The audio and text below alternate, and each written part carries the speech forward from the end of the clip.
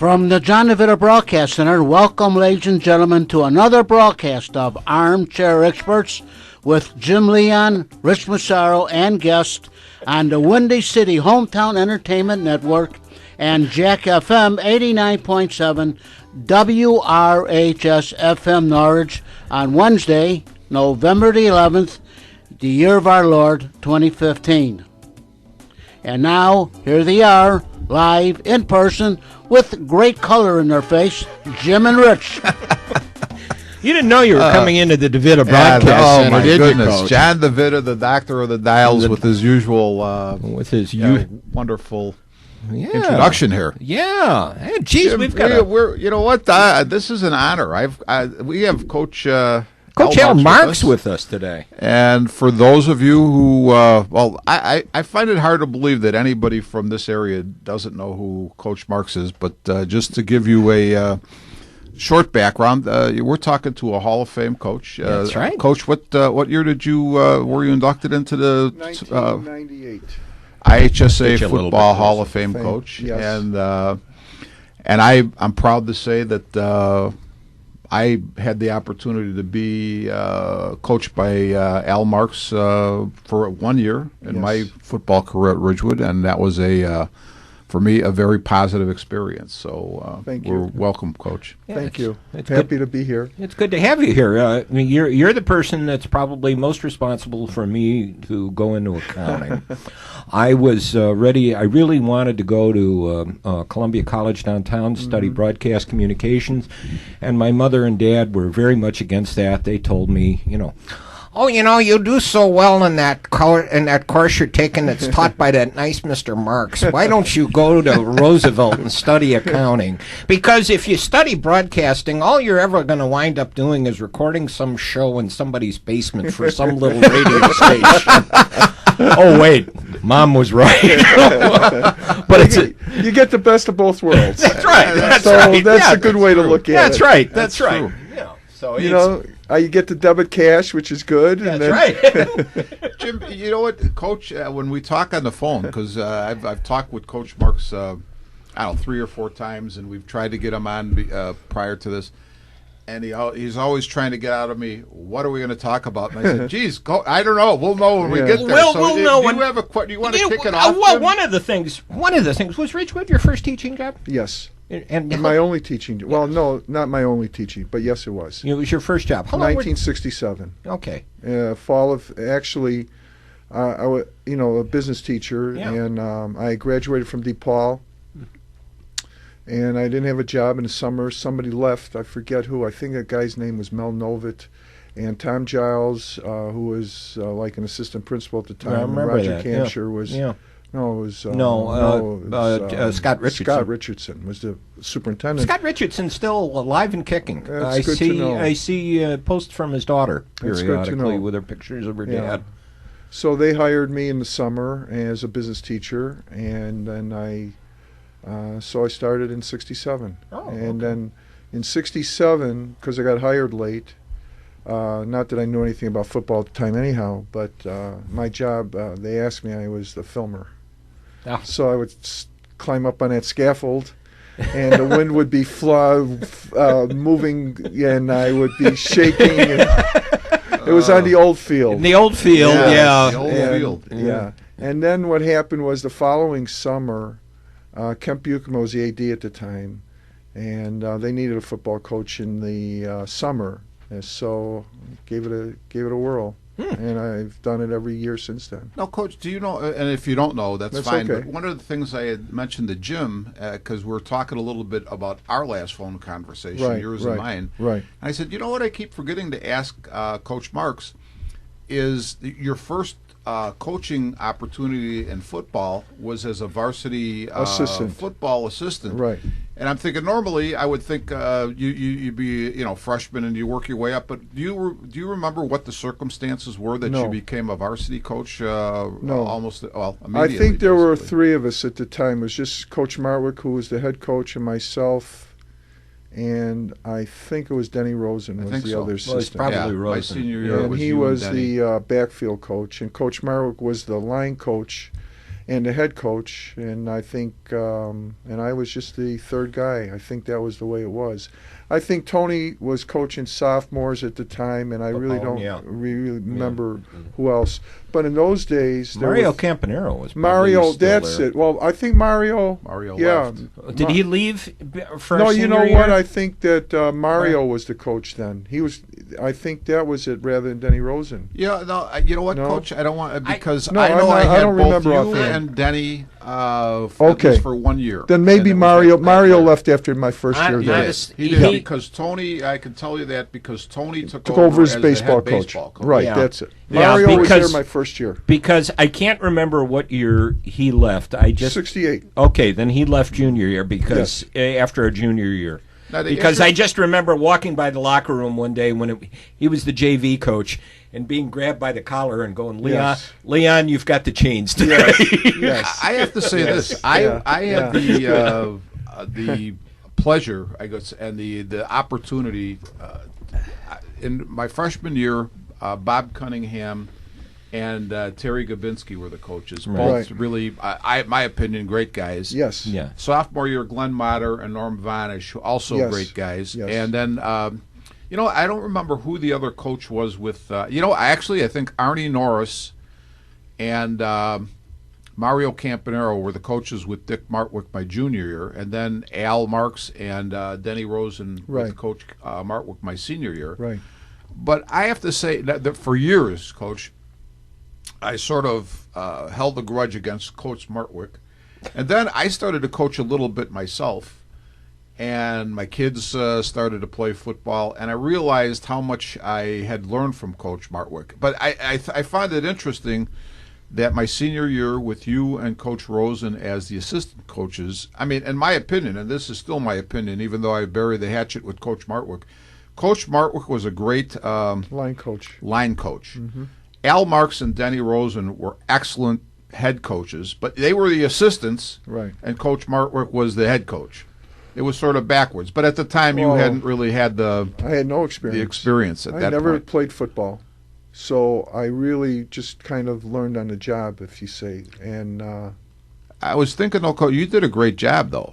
Because to me, I was thinking about this today, and I wanted to run this by you and Jim, pitch in.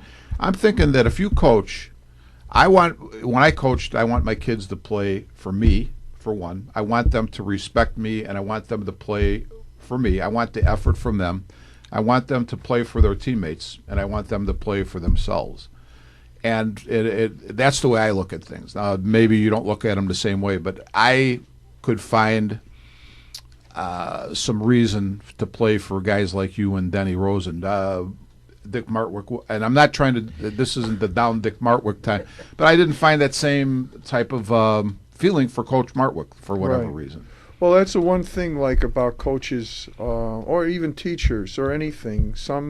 There's always somebody that you can identify with, and that's why you have a variety of coaches, really, with different backgrounds and different personalities and different ages.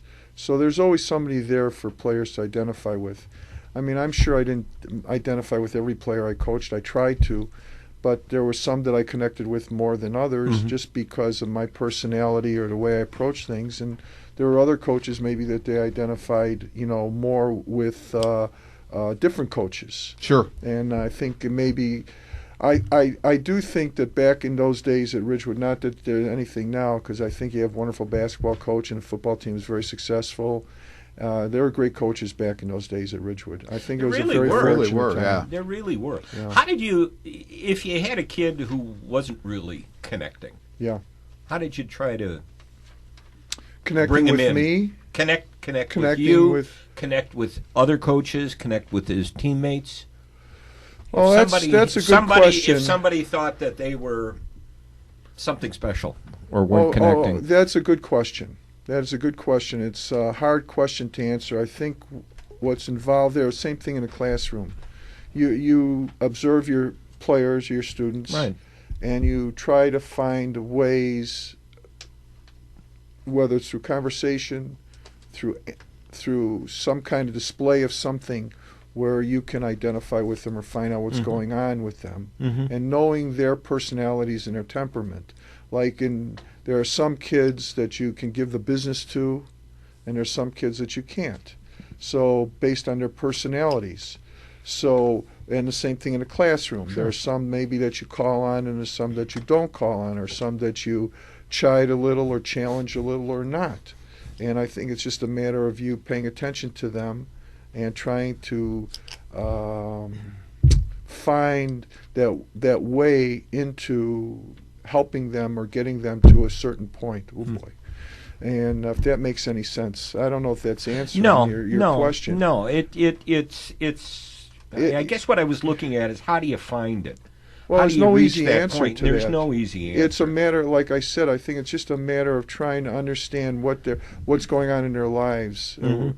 Today, more than ever, these kids have so many opportunities and distractions or whatever. distractions. And distractions really was not like that. No, and God. you don't quite treat the kids exactly the same way as we did back in those days, which isn't right or wrong. It's just the way it is, and you have to be aware of that, and you have to be aware of the distractions, and without overstepping, you have to know what goes on to some extent in their family lives, and because those things affect their personalities and Mhm. what's going on in that day and that kind of thing. You know, Coach, I think Jim and I have talked about this before. Mm-hmm. And the name that comes up, of course, a great coach is a guy like Lombardi. And a Mm-hmm. lot of the media even today looks at him as, well, Mhm. that's a stern taskmaster, and Kids still almost want it, make Rich. him look like a Kids still want martinet.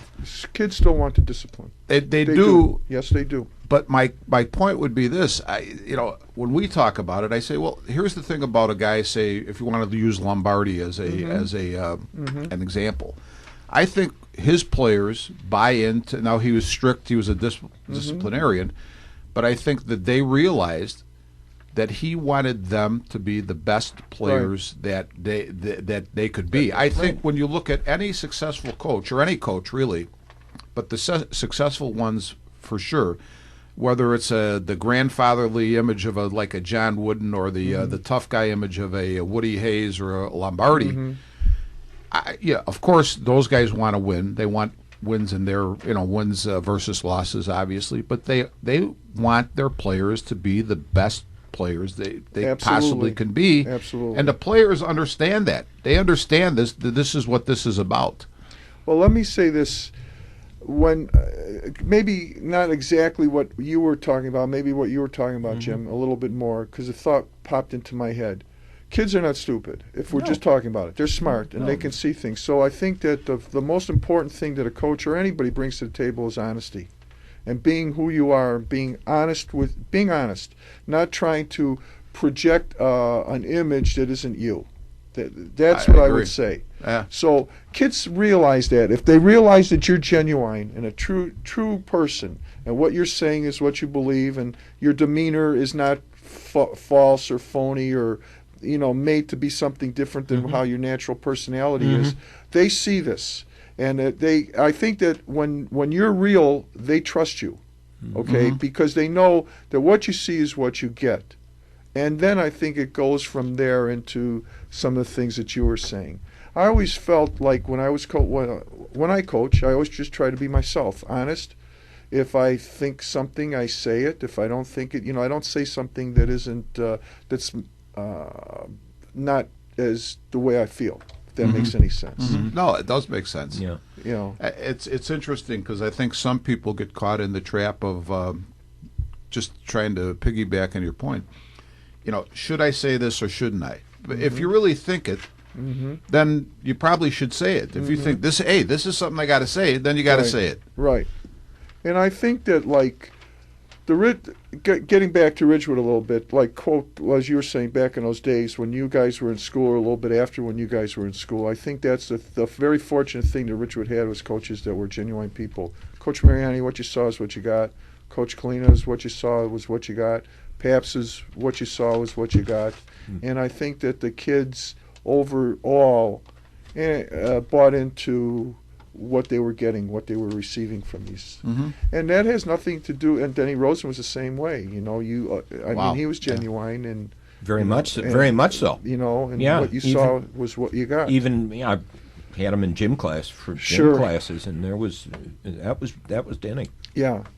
But he, like, that also piggybacks into what we were saying earlier. His personality in dealing with people was different, let's say, than other coaches, and other coaches' personalities were different, and I think that's a healthy situation.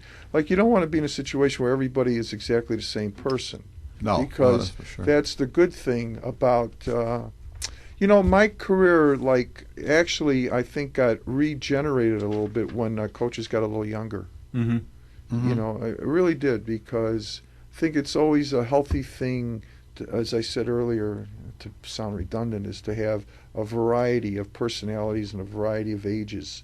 I think it's healthy. Sure. Coach, I'm curious. I remember one time, and I was still a young guy, but I Yeah. was around the school because I was involved with the school.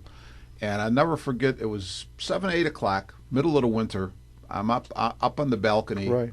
And you were coaching, I think, sophomore basketball. Mm-hmm. And it's the middle of the week, again, middle of the winter. Coach is coaching sophomores, and he's got these guys before practice, and he gave them one heck of a pep talk. And I'm thinking, what motivates this guy? I mean, meaning you, because, I mean, it was just a middle of the week practice in the middle of the season. And I'm thinking, I always appreciated, in my mind, your upbeat attitude, and I always wondered where that came from. That I can't answer. And the thing about that, those kinds of things, similar to what I had said earlier, you can't necessarily say, well, today I'm going to talk to them about. It's just the spur of the moment, how you feel at the time. Mm-hmm. Yeah. If you feel at the time like, you know what, I'll get them together and I'll share some thoughts with them. There's no. It just is the right time, right thing at the right time. It just fit that. It time. just fit the time. That was kind of the way you always came across to, at least to me in the classroom. I felt that way in too. the classroom too. Yeah. I would start talking about things in the classroom, and then I would always say, "Well, I'll get back to where I was." And as you get older, it's not so easy to get back to where you were. But I would get back to it. We have that problem. Yeah. And I think that goes along with just being genuine. Going back to what you see is what you get. Yeah, and you would make comments that sometimes it would be like a challenge. I remember you passing out some homework or some test, and when you got to me, you handed me my paper. It said it was something like, "It was nice you took your head out of your rear end this time," or something on that order. Oh boy! There you go. Or it was nice you rejoined the class this time, or something like that. And I thought, I'll show you. Well, let me tell you something about that. If I did do that, which apparently I did, it was because I knew that was a comfortable way to deal with you. Yeah. Because I wouldn't do that to you unless I felt at the time that No, was the you're right gonna- way. you know you're going to get the right reaction. And I laughed. Yeah. And I that's good. laughed because I knew what I had done on the last test. The one thing that stands out in my mind when Coach was, because I was a senior and Right. Coach was our line coach, Right. and we'd had the 7-man sled, which I noticed. I think the sleds might be 5-man. Yes, now. they Yeah. are. There's Yes, there are no more they are. 7-man Yeah, no, sleds. The Ray Crowthers are gone. And so that's true. 7 guys are not up on the Yeah. line of scrimmage Never, anymore blocking. hardly ever. Too But bad. Coach is up there on the working the sled, and he's giving us a pep talk, and he's telling us that when he was playing high school basketball, Yes. he played against Cassie Russell, Yes. and what a game they gave him. And you know what? I don't think anybody sat there and said, "Well, this is football. Why is he talking about basketball to us?" I think they all understood what he was trying to get across, and what he was trying to get across is, the effort. I believe the effort, even no matter who you're playing, or whether the team that you're playing is better than you or not as good, the effort, and that message came clearly I'm across. glad to hear that. Yeah. And I think it's the same thing in a classroom. You want to try to get the most out of your kids, and that's again going just back to what we keep saying. Mm-hmm. You just try to get the most out of them as best as you know how to do it, and for them to have the opportunity to reach their potentials. Mm-hmm. So Yeah. Coach, what is When you coach, though, Yeah. And you're still coaching. Yes. Do you? I had said what I thought players need to play for, but Right. what do you feel? Do you try to impart that to them? What they need to? What do you feel motivates them to play? Hard question. I don't quite know how to respond to it. I don't know if I'm that deep of a thinker. Okay. I just kind of go out there with the idea that we're going to get better today, get ready to play a football game, play it the right way, or a basketball game, play it the right way, and just get better individually and get better, as you're saying, get better individually, get better as a team, trying to do things the right way, compete. You know, I don't know. That's a hard question because I don't know that I think that deeply about it. It was just my job. Yeah. So, like in the classroom, it was important to me that you learned how to analyze transactions, how to do your statements, how to do closing out. It was just important. That was my job. I wanted you to be the best at what you could be. And the same thing, I feared nobody on the football field if we weren't going to win, we weren't going to win, but we were going to leave it out there. You know, we had a lot of good games, and we had a lot of games that were very disappointing, but I think that those kinds of things help people become good adults. You know? Coach, And you know what I mean. Some of that aspects. For a while, for a number of years, I worked as an administrative manager in a real estate office, and when I'd seen some of my agents walk around dragging, sometimes we'd have to have a talk, or I always remember on one. When I worked for Prudential Insurance as a field auditor, there was one office I used to go into, and the guy who managed it was a real character by the name of Bruno Pincus. Wow. And when he saw agents that were down, he'd bring them into the office for a drink from a talk and a drink from the jug of enthusiasm, and fire them up and get them back out there again, because it was the same thing. No matter what you do, you want to see somebody do their best. That's right. And if they're not, you got to try to figure out why. That's right. Yeah, that's exactly right. Yeah. And those instances are people that are successful, and they're getting, like we said, getting the most out of their employees, or getting the most out of themselves. You know, when I did things I just went out there to work. It was nothing more than that. It was your job. Yeah, and I just always was pretty focused on trying to get the most out of that day and that session or whatever it was. That's my personality.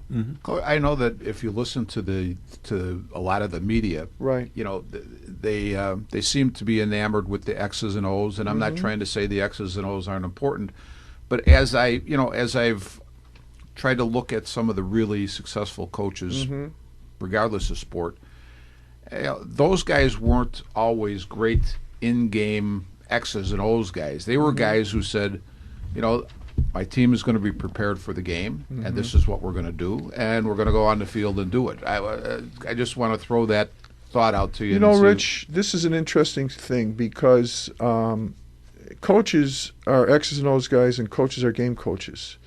I think Ridgewood was very fortunate to have two of the best game coaches. Kalina and Coach Mariani were outstanding game coaches. They knew how to run a game, and it was a treat for me. I know it helped me to sit on the bench with Coach Kalina for a few years and watch how he ran a game, and his instincts and decision-making process had nothing to do with the X's and O's. It just knew how to manage that game. And Coach Mariani was the same way. He knew how to manage a game. We talk about that a lot. We talk about a lot of that especially during baseball season, because it's become so formulaic. Right. And nobody goes with their instincts or knows or seems to know when I need to do this because this guy should be there now. Right. It's here's what the chart says. Let's do it. Yeah. You know, and a lot of that has been lost. Right. Well, Joe, I think Joe Madden just showed it. Yeah. How successful, how managing every pitch or literally every batter or every situation instinctively. Yeah. I don't think there was ever a team that like when he would run these games and he would run 5-6 pitchers out there, those pitchers never went more than 4 innings, those 2 or 3 guys that were his, it was really remarkable. You just didn't see it. The standard manager tried to get 6 innings out of that pitcher or whatever it is, but with those guys, 4 innings, then he went to the bullpen. I mean, he exactly what you were saying. He was very instinctive and didn't necessarily follow the regiment of the book of how you're supposed to do it. Right? The book that we hate. I was going to ask Jim, I'm glad you asked that question, because one of the questions I had for Coach Marks was, I was thinking, I'll use the Bears, and when they had the 46 defense. Yes. The 46 defense was very effective with the Bears, not so effective with other teams and coaches. But at Ridgewood, did we really have, when you were coaching, did we have a certain way of doing things, or did that change from year to year? Well, yes and no. Yes and no. That's okay. Okay, I can absolutely discuss that, because here's the thing about the 46 defense. There was Buddy Ryan's defense. He understood it better than anybody. So it was harder for other coaches to use that kind of style of play. Not that they didn't understand it, but the more you understand it and feel it, the easiest it is for you to coach it. Okay? If you're talking about Ridgewood football, look, back in those days, not anything now, like Coach Zach runs his style of offense and defense, or offense, because he really, truly understands it. Okay? The thing was back there, our offense over those years was the same offense, but it was a multiple offense where we could do a lot of different things. We were not afraid to do anything. We could do a lot of different things. And so it was like the offense came from Coach Mariani, and it was basic things, and then we just kind of expanded off of that. So it was a style of football rather than just running 5 or 6 plays or 2 or 3 or 4 sets. We ran a lot of sets and a lot of different plays, but the kids were comfortable with it because it was the way we played. And it was the same, pretty consistent over all those decades. And Coach Papps with the defense was pretty much the same way. Whether he was in an odd man front or an even man front, his style and his approach was to be aggressive and assertive. And it didn't matter whether we had 3 or 4 guys on the line, 3-4 or 3. It would have been in those days a 5-2, or whether we were 4-4 in those days. But it was the intent was to be physical and was to be aggressive. And that's the way we were offensively too, as physical and as aggressive as we could be. So if that kind of brings along what you were saying. Coach, did you ever, I'm sure this has happened, but could you give an example? We always talk too about successful sporting organizations, let's just say. I never know how to put it into words, but I always say to Jim, they know, say the St. Louis Cardinals, or now the Cubs even in baseball, or whatever teams are comparable in basketball and football, they know what they're looking at. In other words, we could all see that X player is just a fantastic talent. But those players who, today they would call them maybe complementary players, are not so easy to see. Could you give any examples, and I know you've got to have them, of players that fit that mold for you, that maybe didn't look like they were even going to be a contributor, but did contribute because you found the right spot for them? Oh, I'd have to. There are so many. Let me backtrack that. That's very good. When Coach Kalina had the basketball program for the 14 years that he was the head coach when he first came in, and then I think he had it for 2 or 3 more years after a period of time. He was outstanding, and I'll use this as an example, at identifying different players. And he had, Jamie was his scorers, or Murray Lundy was his scorers, he had scorers. And then he had these guys that were either rebounders or facilitators or things like that. He was a master at finding their roles? Finding their roles, yes. And we did that also, I think, in football. Like, our quarterbacks back in those days, as opposed to how they are now, like today's quarterbacks are, the main option of the offense, where our quarterbacks were more facilitators. So, and even now, these last couple of years, they're facilitators. And we featured running backs. So, like, we featured Pagliaro, or we featured, other running, Brian Riznicki, and we featured all these backs that we had. And then we also like featured certain guys on the line, where other guys were just these, what you're asking me about, like the Joe Scalas or the Sal Tercianos, and I can go on and name players that were just filled into those spots to make it good for the guys that we were featuring to have the opportunity to be successful. Is that like our quarterback's job was to make sure the other guys did well, Right. but they also were able to throw the ball and make plays. So I don't know that I'm exactly answering your question or having a good No, I mean you are. You are. And you know what? Let's let's take a station break. and we'll be back.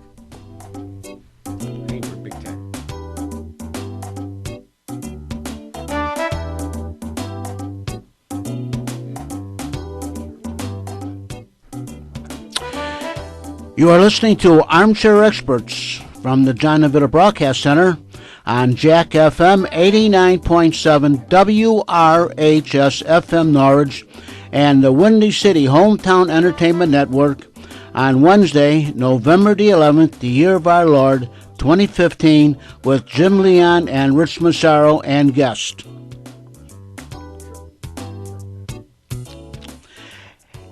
And this is WRHS FM Norwich, Illinois, a Ridgewood Community High School radio station. And now, back to Jim and Rich. Hey, we're back.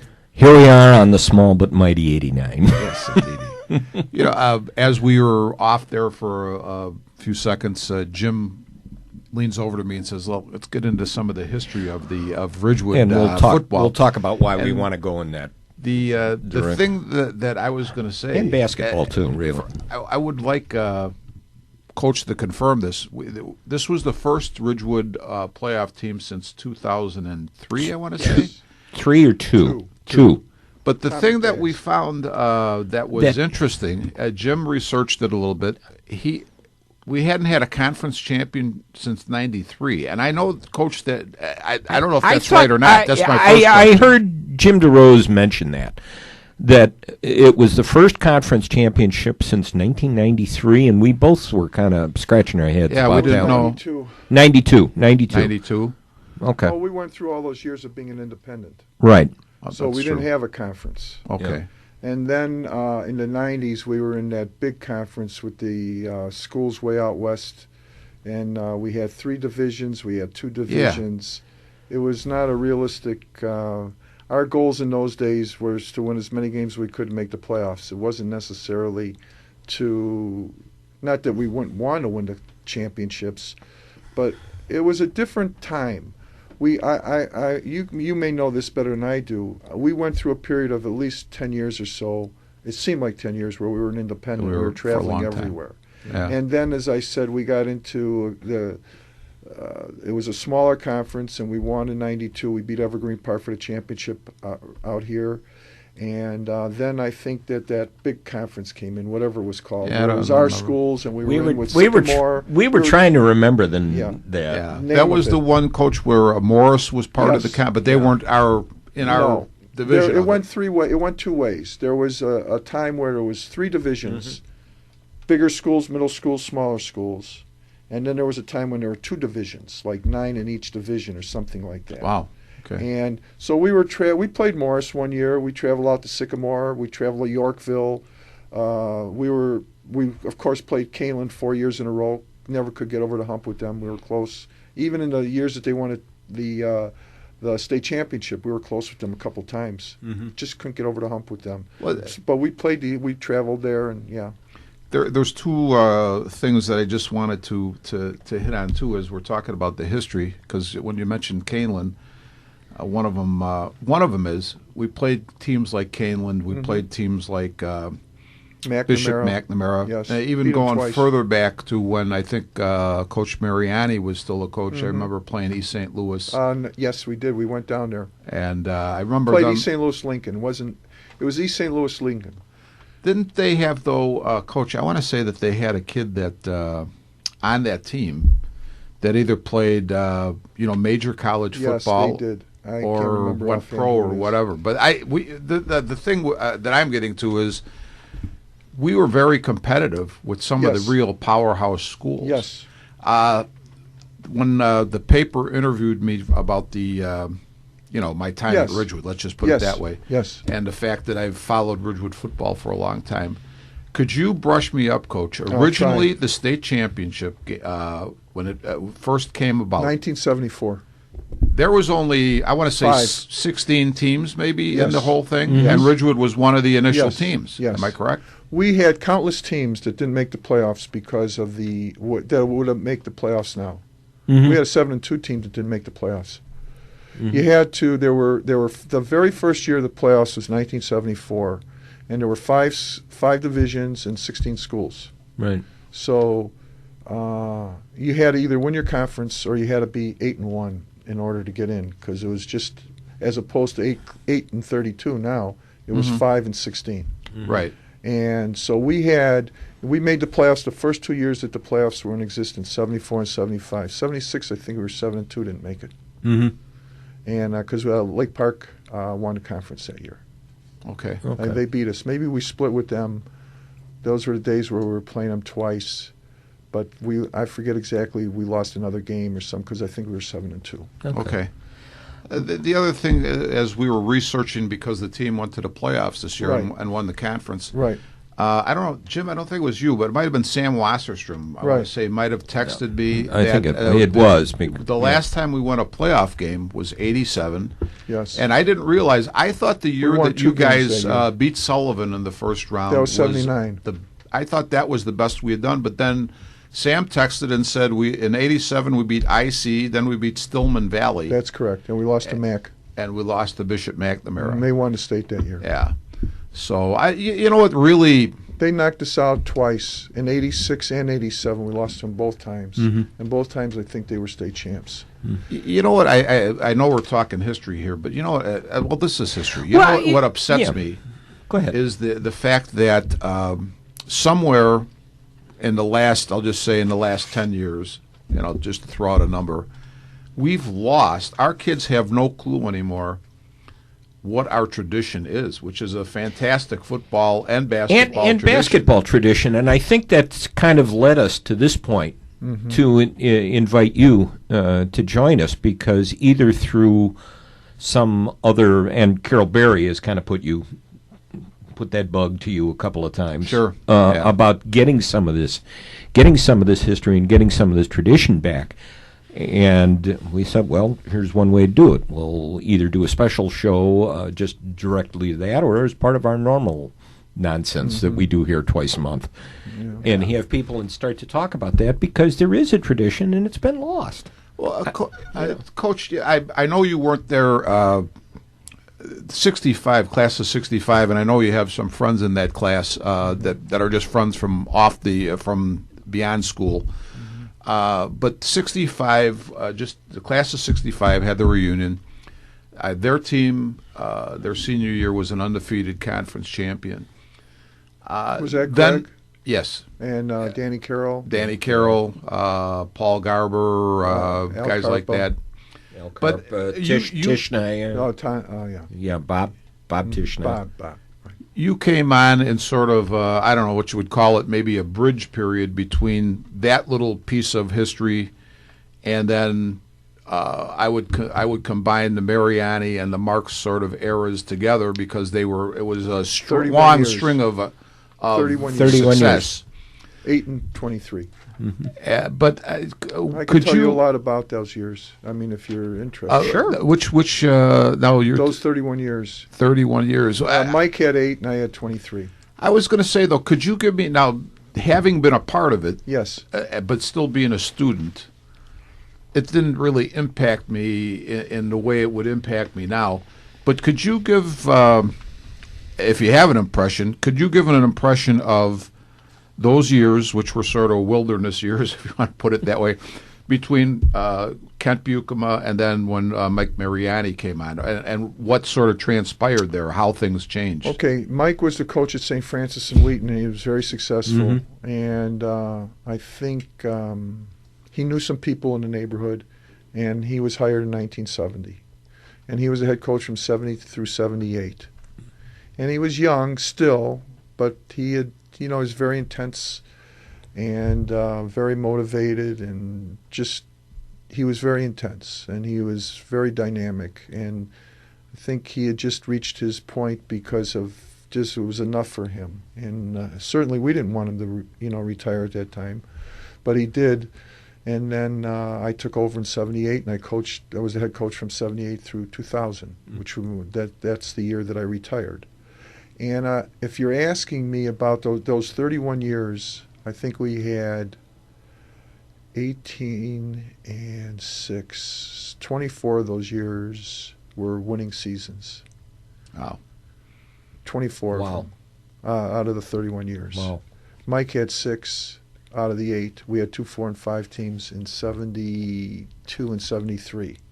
He came in 70. We had great players. I mean, we had Monaco and Wyatter and Hitzel and Fenley, and we had these linemen, Icavelli, Mike Lacconi was a sophomore, Ramito, Danny Kenny, I could go on, Prina, Oglinica, Bobby Miller. We had these really good football players. And I mean, we pretty much were very successful in his first 2 years, 70 and 71. Okay. Then we had a drop off in 72 and 73. We had a young team, and then in 74 we were 9-0 again with Forte and Scharf, and I can go on there, so, and then we had good teams after that. We all the way through 78. I think his last year, 77, we finished 6-3. Didn't make the playoffs, 6-3. Today, 6-3 gets you in. And then I took over in 78, and we were 5-4, and then 79 we were a playoff team, and that kind of thing. And I think that what happened in those years, if this is okay with me, if this is what you're asking me, It's totally fine. we were a physical team, and teams respected us, and they actually knew. I ran into Tony Munkin. Tony Munkin I didn't run into him. I've coached against him a number of times. Tony Munkin is his dad's Bob Munkin, who was the head coach at Lake Park during those years, and a very successful Hall of Fame coach, very, very successful coach. And his son, Tony Munkin, played, the Munkins are a very famous family in Illinois. There were 3 brothers that were head coaches, and then there are offshoots that are coaching now. One of the sons is the head coach at Army, and they are all throughout the country in various capacities. If you Google them, you'll read about that family. But Tony was Bob's son, and he was the head coach at Vernon Hills from 2000. He was a defensive coordinator at Libertyville, and then he got the head job at Vernon Hills when that school first opened. He was head coach from 2000 until I think 3 years ago. And I because of his dad, knowing his dad and things, so we've talked over the years. And I was talking to him at a basketball game about 2 years ago, and he told me, he said he didn't play for his dad. He played at Wheat North for Rex Ilias. Okay. And he said when they turned down Montrose Avenue and they started going east towards Ridgewood off of Cumberland, they knew what they were in for. They didn't know whether they were going to win the game or not, but they knew they were going to get hit. I believe that. Yeah. I have a friend who went to Fenton. Yeah. And she and I always joke about that. Yeah. That may not have won the game, but by God, the fight Yeah. afterwards. Well, You'd at least want to go. You'd at least want to split. I can tell you stories about that too, which I don't know is appropriate at the time now. But yes, I could tell you about the Fenton game yes. So yes, we had very competitive games with everybody. Let's just say. Yeah. Yes, Elmwood Park and us, and Fenton and us, and Wheaton North and us, and Lake Park and us were very competitive games over those years. Yes. They were physical football games. I know you want to complete your thought, but what I'm thinking about is Jim says this. RB comes in the conference, and now over the years, of course, Otto Zeman becomes a sort of a legendary guy. Right.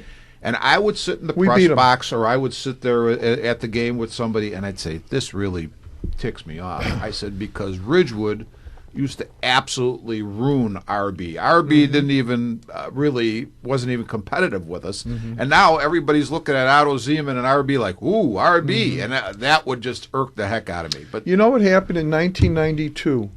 We had a 9-0 team, and we were a good football team. And we went down to Lamont and beat them 63-21, something like that. So game 9, we're playing at Riverside Brookfield. And we wound up winning the game like 60-something to 20s. I mean, we really rolled them. But what happened in that game is Tommy Pagliaro turned his ankle in the first quarter. He had 160 yards in the first quarter. You've talked about that. I've talked about this numerous times. You've talked about that. Coach, I tell Jim, whoever, I said, you know what?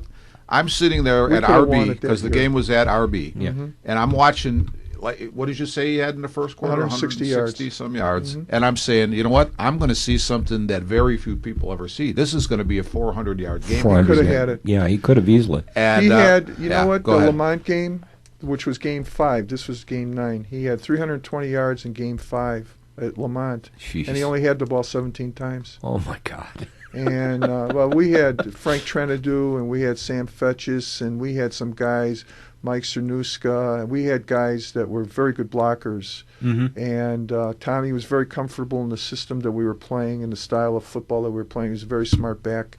He would see everything. And so if it's part of football, he got nicked in the first quarter, that team could have done it. I think it could have, because when I forgot about the lineman, but you know, he also had his brother Mike, and you had Bobby Emilio, who was a very good player. Yes. And some really Melendez. Joe Melendez was our receiver. Yes. Yeah, that was Jackie an excellent Manganiello team. Played Right, flanker and defense. Stan Stipka. Paps did a great job with the defense that year. We were very, very physical. Very good football team. Yeah, that was, and even without Tom, I remember that game. Was it Notre Dame we played, or who did we play? IC. Who was it? IC. Lost. We had Bobby fumble going into the end zone. Right up to the end, we were right. We could have won. You know, I mean, it was possible for us to win that game, even without our biggest weapon. I mean, that was a really good team. Yeah, and you know, I'll tell you another thing. You know, the '74 team, which they always argued which was a better team. I mean, all the teams that were playoff teams were good, but the '74 team, in 9 regular games, only gave up 2 touchdowns. Yeah. We gave up a touchdown in the first game at Crete-Monee, and we gave up a touchdown in game 9 with Fenton. We went 7 games with a shutout. Well, wow. Coach, I tell people that in that year, that the average opponent score against us, I think, because I've looked at that board numerous times, was 2.9 points per game against us. That for the year, and people go, "No way!" And I go, "Yeah, way. That's what happened." And Scharf has told me the story about a game. I don't know if it was this particular game, and it was one against a good opponent. It could have been Lake Park, where they did not get the ball past the 50. And they were getting close at the end of the game, and Scharf is telling these guys, they are not getting this ball past the 50. And I think that you guys accomplished that. So, I mean, that was... He was a wonderful linebacker, smart football player. Yeah. I have to say... Decent insurance guy, too. Yes, I would think so. Yes. You know, I talk with Pat, and... because I see him fairly often. In fact, he called me a couple days ago and didn't leave a message, but...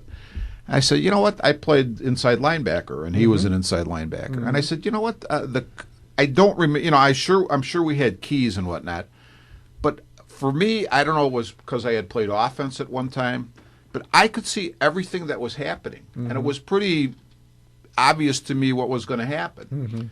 But I asked him. I said, "Well, did you really listen to what the coaches said, or did you do pretty much what you wanted?" He goes, "I did pretty much what I wanted." I said, and that's not a diss to the coaches, but that's a position that you have to almost do that with. And you've got a guy there who deals with instinct. Yeah. I mean, you better have some instincts, or otherwise you're shot. Yes. If you're you know, like we talked about before, just dealing with a formula doesn't work. Right. Dealing with instincts and trusting your instincts and going after it, that's how you make a play. Now, almost any other position, I'd say, you know, you got to do what you're supposed to do.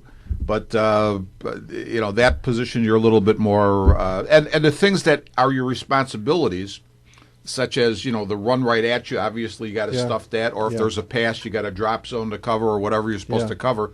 You have some responsibilities, but they're not really. They're pretty obvious ones, if you want to put it that way. You know what happened that year is 1974. I've told this story to the high school kids at different schools that I've been at. Okay. We had lost in 73 at Elmwood Park, okay? And in 74, we were playing down there. And normally before the games, you know how you warm up sometimes, you run at each other. I had the linemen, okay? So we were doing our pregame stuff, and we're just kind of running at each other to hit each other a little bit, just to loosen it up. Loosen up a little. Yeah, okay. So Dominic Forte is up next. Okay, so Dominic says to me, "I'm not going to do this drill." I said, "Why?" He says, "Because I'm not hitting anybody in white today." So I've told this story. I think he was ready. Yeah, I think now Dominic, for people that don't know, was an all-state linebacker for us. Went to the University of Illinois and played for a couple of years there. He was an offensive guard and an inside linebacker, and he was truly a great player. And he was recruited by more than just Illinois. He was recruited, believe it or not, by BYU and other schools. And Dominic was a very intense 3-year varsity player, and he said to me he was not hitting anybody in white. He was ready to play that day. So we beat him 49-0. Oh my God. I think it would have been a running clock, which they didn't have back in those days. And I don't know that Mike pulled back on him, but we gave it to him pretty good that day. This was EP, Coach, yes, you're saying? Yeah. Yes, at EP. Yeah. I'll tell you, I've always actually, even though for as long as I've been around, they've been technically our main rival. Yes. I've grown to have a soft spot for EP in my heart because they've taken it on the chin numerous a lot of times. Yes. Especially a lot of from times. us. So, yes. Well, they lose a lot of kids. They have always lost a lot of kids to a variety of the parochial schools. Yeah. They've lost them to Holy Cross, and they've lost them to Pats, and Fenwick, and all these other schools. They've lost to kids. Yeah. Coach, could you tell a little bit about it? That you'll be able to tell which. I think you'll be able to tell us which conference it was. But when we were independent, we played Lake Forest High School a few years, and I want to say we played them twice. Yes. Yeah, but 2 years. One at home, one at away. Yes. I want to say we beat them both times. Those. Yes, we did. But I had heard a story that, because I'm on the school board, and you hear these things, but you're not involved directly with the conversation, but that we had made application to their conference, and I'm not sure what conference they're in. North Suburban. I think I had heard that, too. I think so, North Suburban. I think I had heard and that same that they said, no way are you getting in our conference. And we actually showed them our enrollment projections and said, listen, we're going to be the smallest school in your conference. And they said, we don't care. You're not getting in. Because we had, they probably were one of the better football schools in their conference, and we had handled them 2 years in a row. Yes. But I don't know if that story is true or not. Yeah, you know what I've heard? I don't think I heard that from you. I've heard that also. As you brought it up, I hadn't thought about it consciously, but I had heard that. I had heard that before, and it's North Suburban. Now, the North Suburban I'm pretty familiar with because I've coached in it for the last 11 years in football and basketball. Not now in football, but I had coached in it, so I'm very familiar with it. And that's where, there's two divisions there, the bigger schools and the smaller schools. And but they were in it at that time, and I think it was with, I don't know, that's where Stevenson is and those schools. Yeah. Right. Boy, and Mundelein. Now, Coach, we were under 500 enrollment, I believe, when you were still a coach at that point. 600. I don't think we were at a time under 500. I think there was one point in time where it was like slightly under 498 or something like that. We had gotten small. Yeah. In fact, people would say to me, "Well, you guys were close to closing the school at one time." And I said, "Listen, I was there, and I never heard that conversation. I never heard was that never either. An option." But even I was going to say, even whether the number 600 or 500 or whatever, we were always, despite that. We still always had a competitive football team. In fact, one of my best trivia things is I said, there's a Lake Forest High School and there's a Lake Forest Academy. Right. Does anybody know what the nickname of Lake Forest Academy is? And they'll, no, what is it? Caxies? The Caxies. Mm-hmm. And I said, do you know what a Caxie is? And they'll say, no. Jim Page actually looked it up. He says it's a mythological frog. It's something So what? like that. That's so weird. Yeah. Oh gosh. We played there one year. Yeah, we remember played that. up there. As a matter of fact, that was in '92. We played up there when the Paglieros were at school. Yeah, but those Lake Forest games were great games. Yes. In '78, we played up there, and I think it was a 14 to 12 game or something like that. And we actually held them 5 plays on the 1 yard line. And Wow. there was a penalty on one where they had another play, and it was 5 plays inside the 1 or the 2 or something like that. And we were able to stop them, and that solidified us winning that game. And then the next year, we played a close game. I think we won that game, very close game. What year, Coach? What year was it? You had Bruno, and then you had the 3 amigos, Mac and 80 and 81. What was 80? Mark was the quarterback. Larry Arrico was the first quarterback in Tommy Vallon was the first quarterback in '78. Captain Courageous. 79 was Larry Arrico, and 80 was Mark Bruno. And Mark made All-State. Yes. And then after him was the '81 team. That was Jeff Gargano. Coach, as you say these names, different images pop into my mind. I remember when you say Tommy Vallon, I remember opening the season at Hanson Stadium, I think against Weber, That's on my a first really, really hot day. Yes. And a close game. I think we lost, but a very close game with Yes, Weber. It was a 10-7 game. 10-7, okay. And then with Mark, I hate to say that, I know this was a loss, was in the playoffs, I think, when we played Leiden, one of the Leidens. And we were... Oh, we didn't make the playoffs. That was a game that cost us that's the right. We playoffs. missed the playoffs. That was We the got game. stopped That's on the right. goal line. That was Yes. Mark's senior year. It was 1980. Yeah, that was another memorable game. I tell you, Ridgewood. If I wish that I could put into words, or people could see it through my eyes, the way I think of our guys, because it just they did a fantastic job, and we were never a big school. I mean, I think about that when we've watched over the years. We've watched football and basketball since the last half a dozen years that I've come back and gotten involved with the radio and TV. There was really never an effort, never a question regarding the effort that was put in by these kids, and that's always seemed to be a tradition. Mm-hmm. There's never been times where we've looked and said, "Oh my God, what are they doing out there?" or "Why have they checked out?" Well, Jim, there's always been the effort. Back in our day, I can't speak for the last 15 years. Mm-hmm. I see games now and then. But back in our day, it didn't matter who we were playing. We were going to give it to them. Yeah. We weren't going to always win it, but we were going to give it to them. Our kids didn't care. Yeah.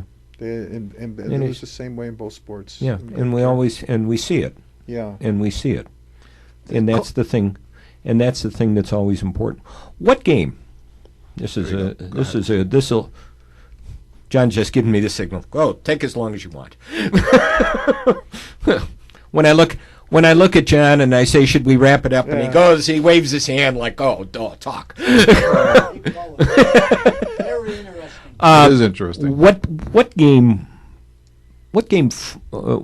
football games? One game, if you can, sticks out in your mind the most. Okay. See, that's a hard question because I've had over 450 of them. Yeah. So it's hard. I know. It's not going to be an easy game. Yeah. I would say that possibly maybe the MAC game in '86 when we beat them in the rain. Mm-hmm. They were defending state champion.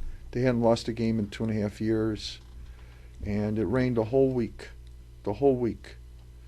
And we had lost to them in '84 at home on a play that was like an inadvertent whistle. We had that game won. Remember that. It was 5 downs, and it should have only been 4 downs. And they got away with it, and they kicked a field goal on the last play of the game, and they beat us. I remember it was that, yeah. '84.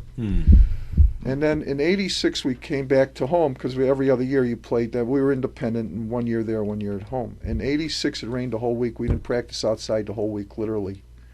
And the field was, and they warmed up on the field. We warmed up in the back by the learning lab. We didn't go on the field. They went on the field. That made our guys angry. And we won that game 14-12.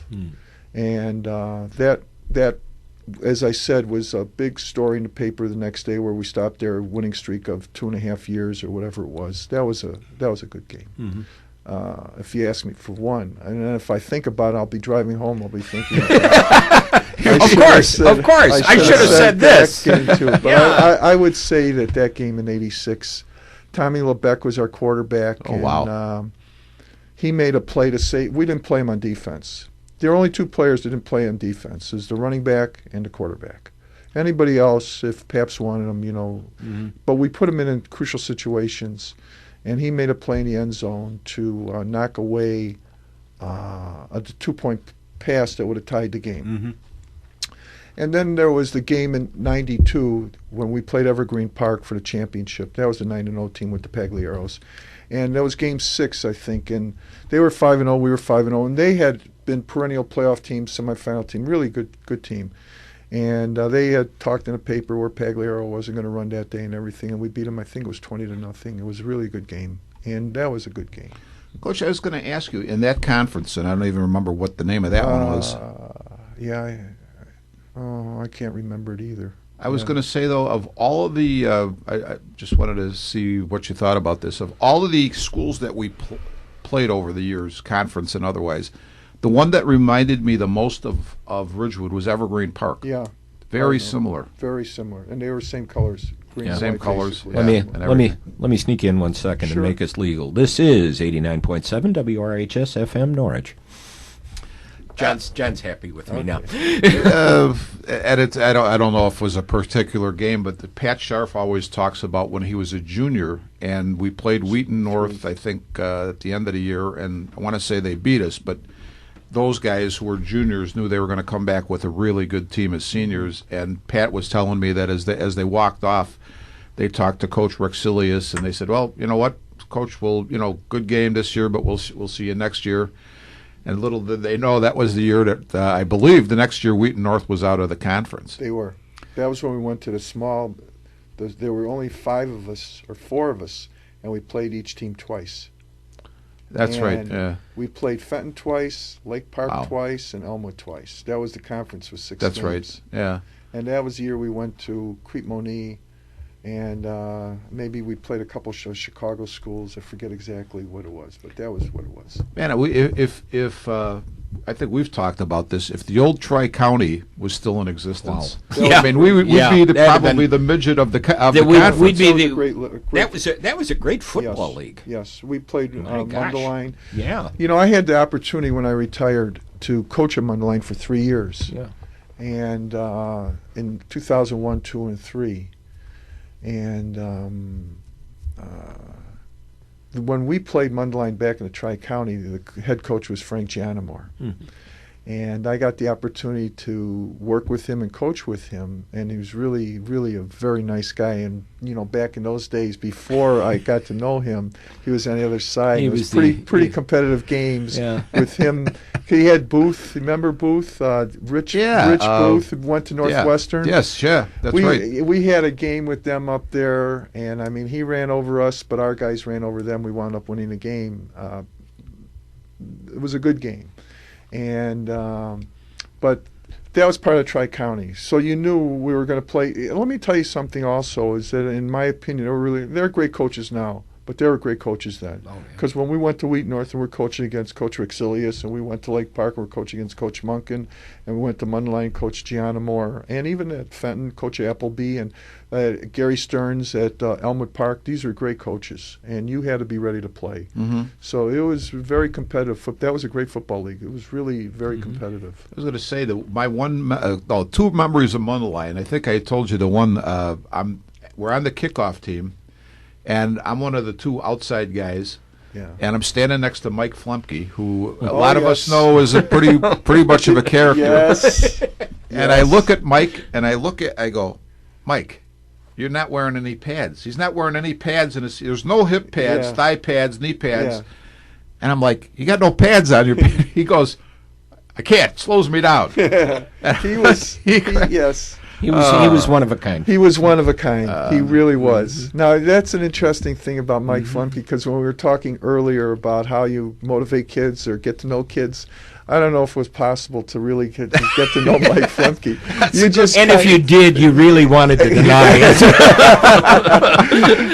I think he's just the one you point him to the field and let him just play football. That's a for sure. Yeah. The other thing I remember about it was the first varsity game I ever started, and I'm playing linebacker, and the whole game. Now, I'm not saying I was the smartest player ever, but I usually knew what I was supposed to do.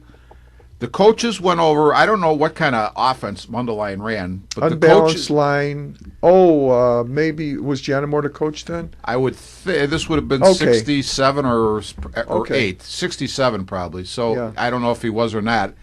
But because maybe it was an unbalanced line. Me in particular, I was always supposed to do something depending on which side was unbalanced. Yeah. For some reason, that never stuck with me the whole week. And I'm out there, and I actually was the high point man on defense that day, tackles and assisted tackles.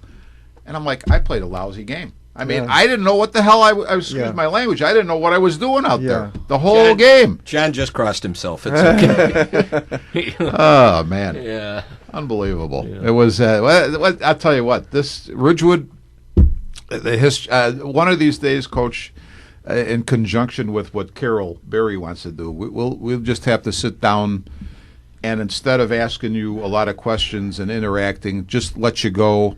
And you can fill in some verbal history for us, because you've got a ton of it. And I think we'll have to talk about basketball more. So that's the other thing. Yeah. We totally missed basketball. We really didn't get into much of it.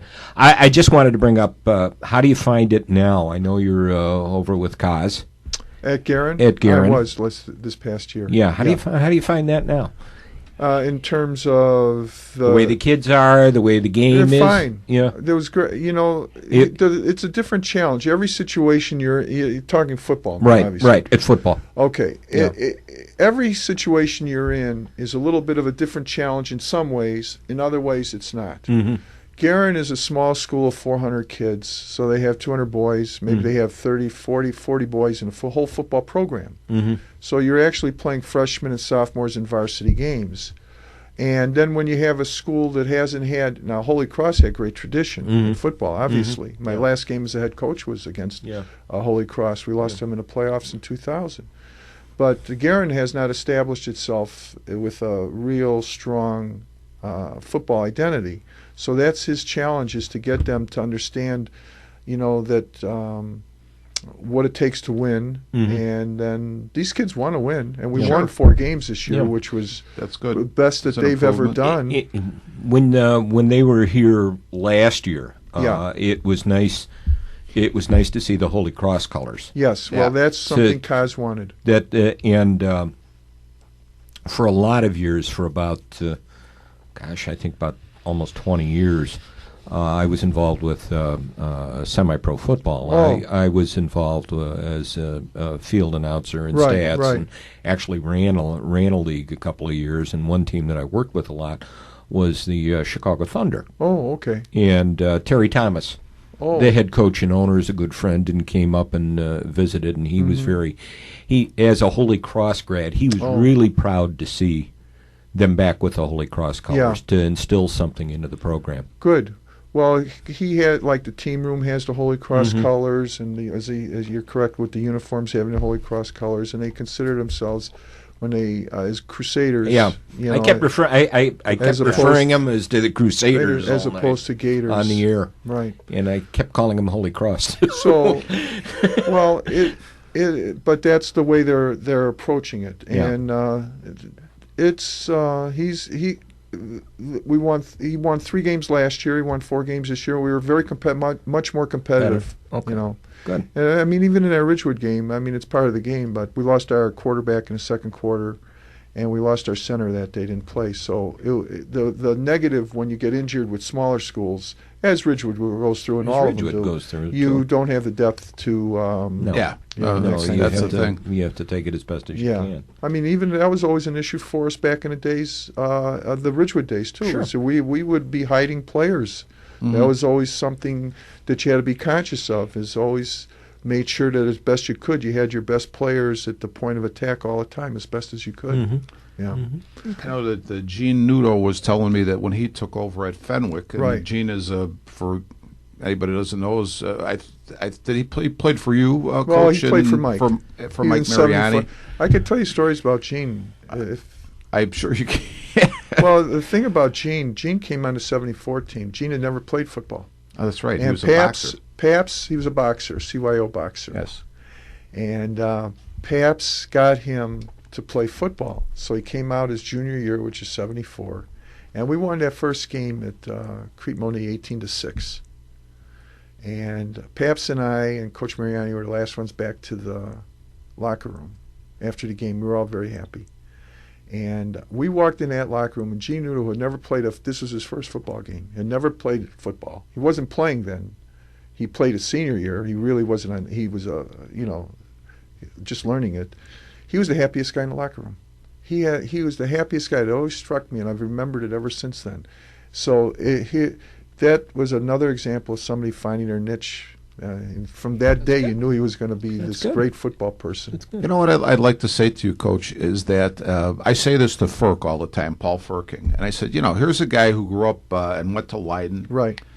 And he comes to a grade school in Norwich, and he puts his all into it, and just builds a name for the school and himself. And you know what? Coaches are the greatest guys, men and women now, because women coach as well. But you're not originally from Norwich. You're from Chicago, the city. Yeah. And you come and you give your all to this community and this school. And I don't know if people tell you enough, but you know what? I appreciate it, and I'm sure a lot of other people appreciate it. I do too. And the same goes for guys like Tony Papone and Mike Mariani and Chris Zach or whoever else you want to name, Ron Kalina, whoever. Guys who dedicated themselves to the school and the people in it. So really appreciate that. It's very nice of you to say. I always get a thrill when I come down here. I mean, it's an hour for me now, but I always get a thrill coming into the neighborhood. I enjoy seeing it, seeing the houses. I enjoy whenever I come across a former Ridgewood student or somebody that I know from the past, and if they're kids like Dave Mack's son is playing basketball now at Prospect, I look forward to watching him play. Jamie's sons were playing at Palatine. I went to scout a Vernon Hills Palatine game, and the reason I went there was to see Jamie Macahan's son play. He had two sons that were played that day, so I get a thrill out of seeing kids of kids. I mean, I'll stop. But Go ahead. I want to say one more thing. I mean, I had Butch DeFelice was my quarterback for 3 years. Yeah. And his dad, Rick DeFelice, was a football player at Ridgewood, and it was. I mean, he was in school when you were there. DeFelice? You played He with Rick. was a teammate of mine. He was there. Yeah. And it's kind of funny. One of the DeFelice boys, the lady who has the house next to mine in Norwich, right up the block.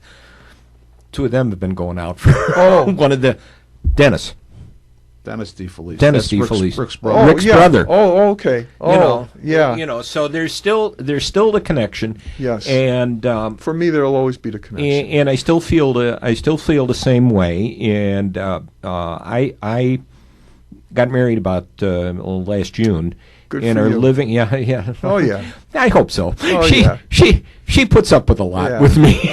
Yeah. John is going. Yeah.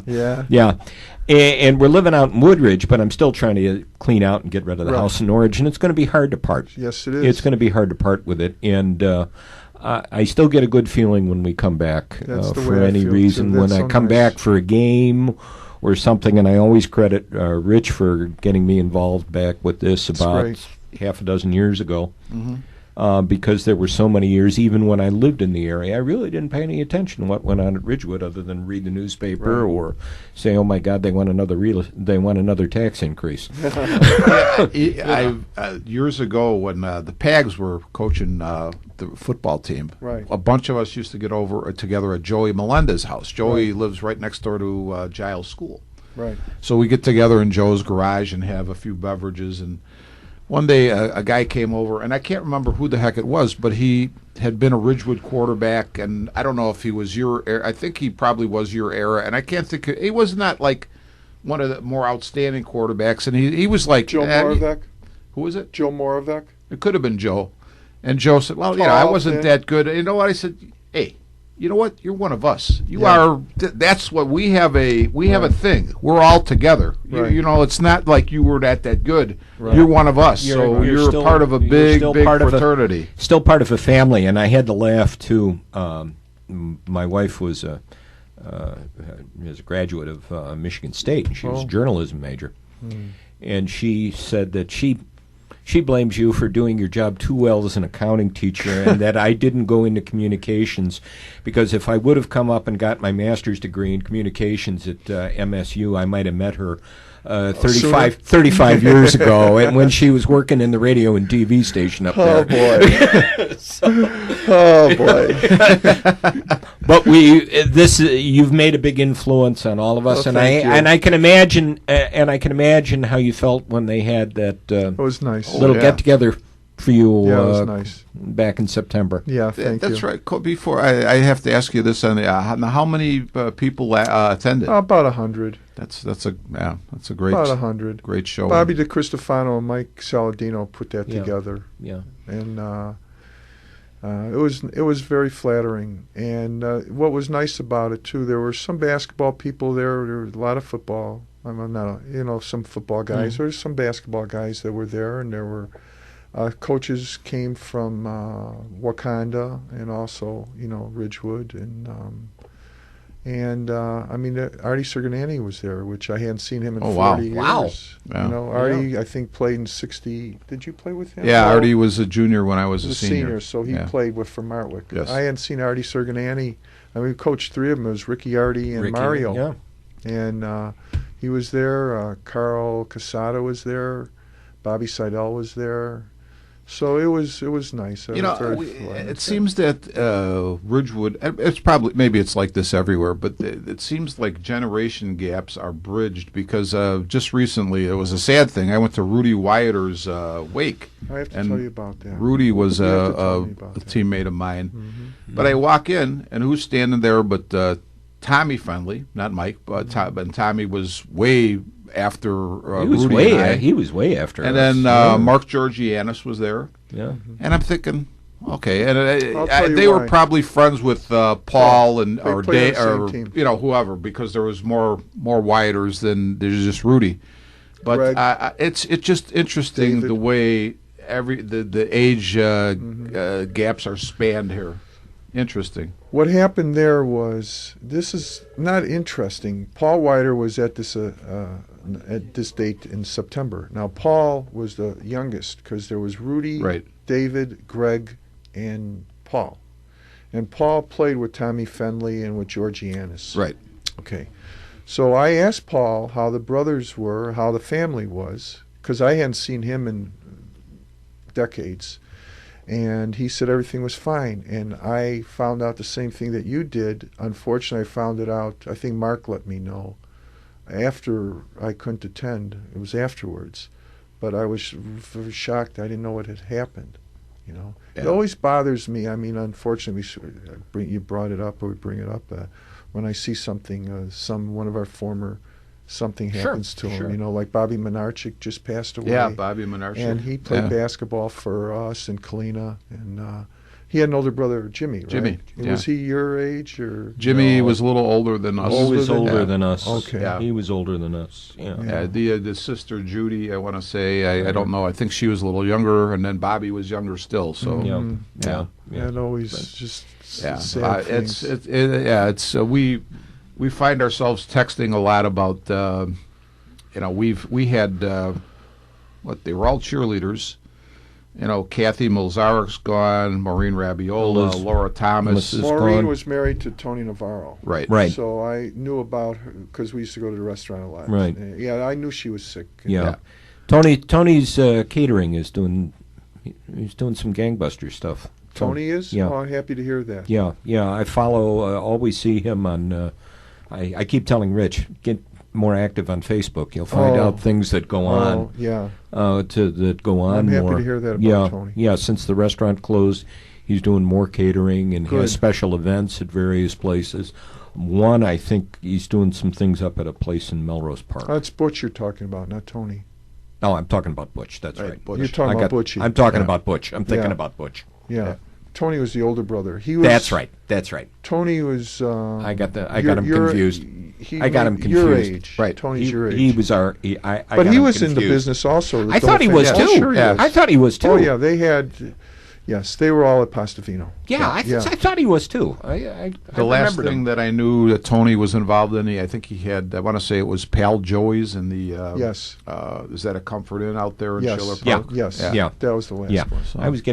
I got my Navarros confused. Okay, this has been fun. Oh, thank you. This It's has been fun fun. for me too. No, John, I need to leave. John is signaling. No, go on. I said, John, I need to go to the bathroom. Oh boy. Okay. But this has been a lot of fun with us. We thank you for Well, coming. thank you guys for inviting me. joining I us. really to enjoyed it. Let get some I hope I stories. didn't babble on too much. No. You want babbling? Listen to us. Oh, When we come in with nothing planned and we go for an hour and a quarter, Well, we they're always really good. we always joke that we actually, when we start talking on something, we let people know we're actually continuing a conversation, and we started at lunch in March of 1967. Wow. That's a great way to look at it. though. So we have a lot of fun. We thank you for joining Oh, us it's my today, pleasure for you guys. and this has been good to start our walk through Ridgewood history. Yeah, that was a real good start. Yeah. So we thank you. We're going to wrap it up.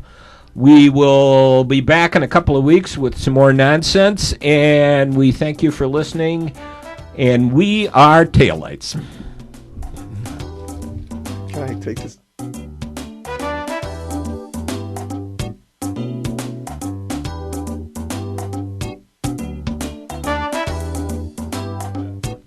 You have been listening to Armchair Experts from the John Nevada Broadcast Center on Wednesday, November the 11th, the year of our Lord, 2015, on Jack FM 89.7 WRHS Norwich and the Windy City Hometown Entertainment Network with the WRHS sports announcers Jim Leon and Rich Massaro.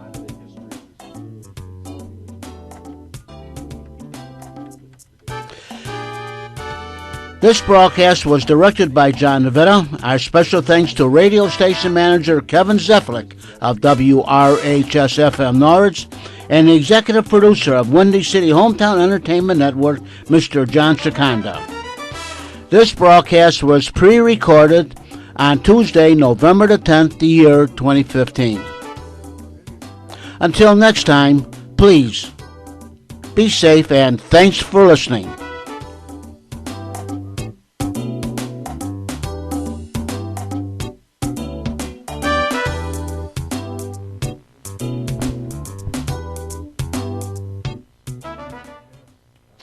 And this is Jack FM 89.7 WRHS FM Norwich, a Ridgewood Community High School radio station. Have a great day, everyone.